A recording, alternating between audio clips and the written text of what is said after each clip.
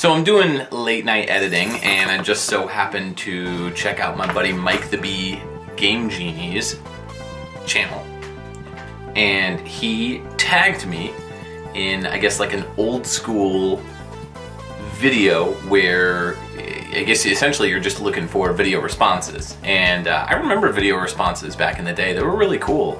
Yeah, this is gonna happen a lot. So if you guys haven't met her yet, this is Zelda. Hi, Zelda.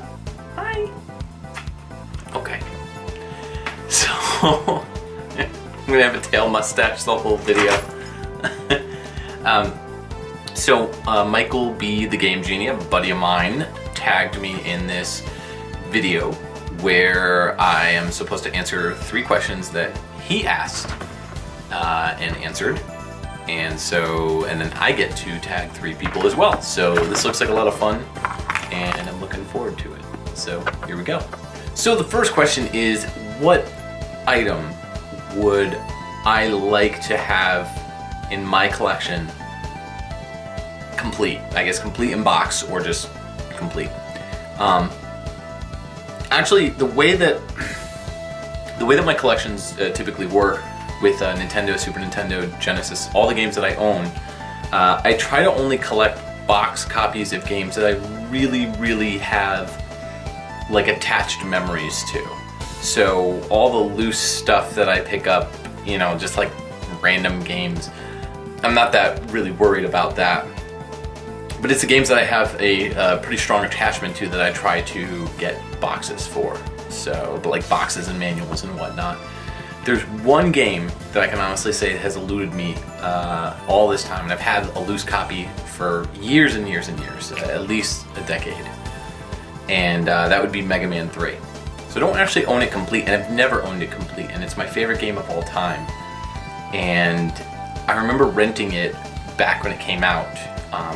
The very first issue of Nintendo Power I ever got was with Mega Man 3 on the cover, with Dr. Wily's castle in the background, and Rush, and you got to see Mega Man in all his horribly illustrated glory. And so I decided that was a game that I needed to play, and so that was one of the first times that I really was like, oh my god, I'm so pumped, I have to get this game, I have to play it.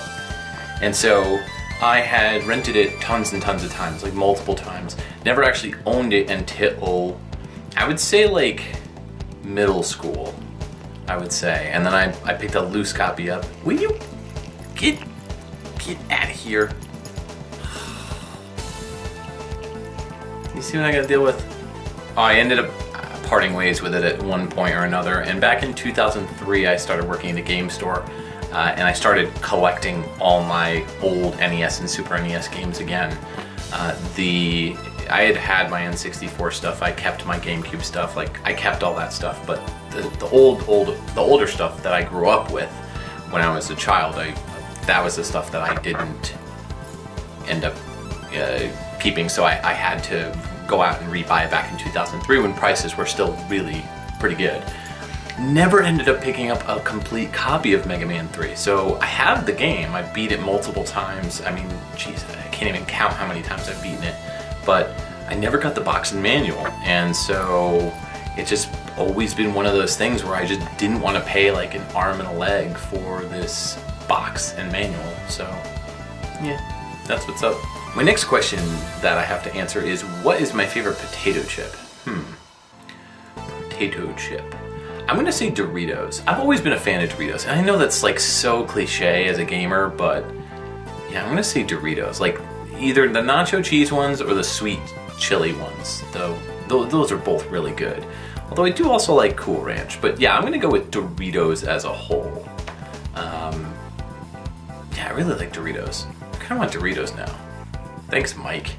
And the third question is, what is the coolest vacation I ever had? I've had some pretty good ones. I'm trying to think of the coolest one. Well, I don't know if I'd really call it a vacation, but I went away to, I have a journalism degree, so I'm actually a full-blown video game journalist, technically.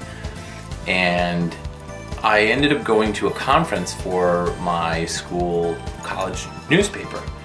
and I was a copy editor, and I was also a writer. And I ended up going to I guess it was like I don't know, I don't really know what you would call it, I guess a conference. And just a bunch of journalists getting together, talking about craft and everything. And it was really cool. It was an awesome experience. I went to Portland, Oregon.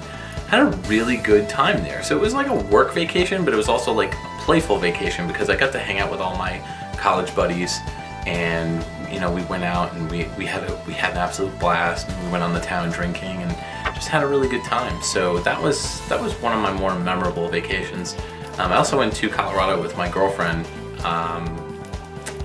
2 years ago. I think it was 2 or 3 years ago. We went to a wedding in Colorado, and that was a lot of fun because we got to drive around, and we went to a spa, and it was a lot of fun. So Colorado's a pretty cool state. It's just there's a long stretch of area where you're just driving and driving and driving, and there's just nothing.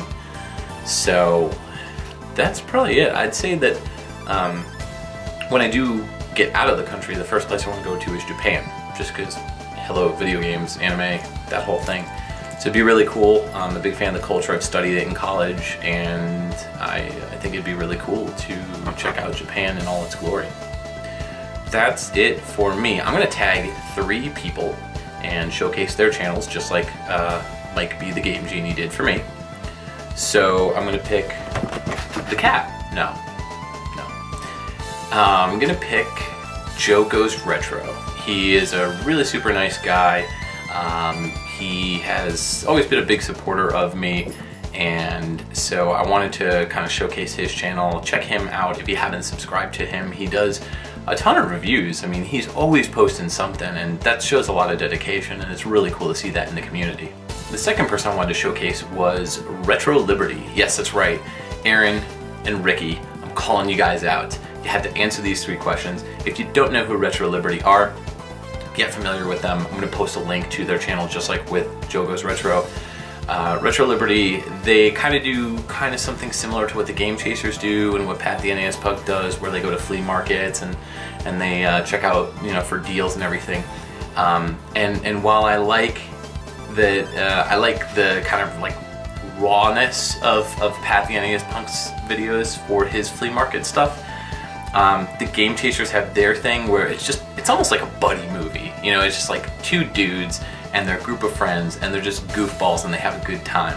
And Aaron and Ricky are very similar, but I would say that their show, I kind of feel like it has more of like a community feel. And again, not to take away from Game Chasers or Pat, they both do great work, but I feel like there's a bit more of a community, and it's less about the pickups, I would say, in a lot of cases.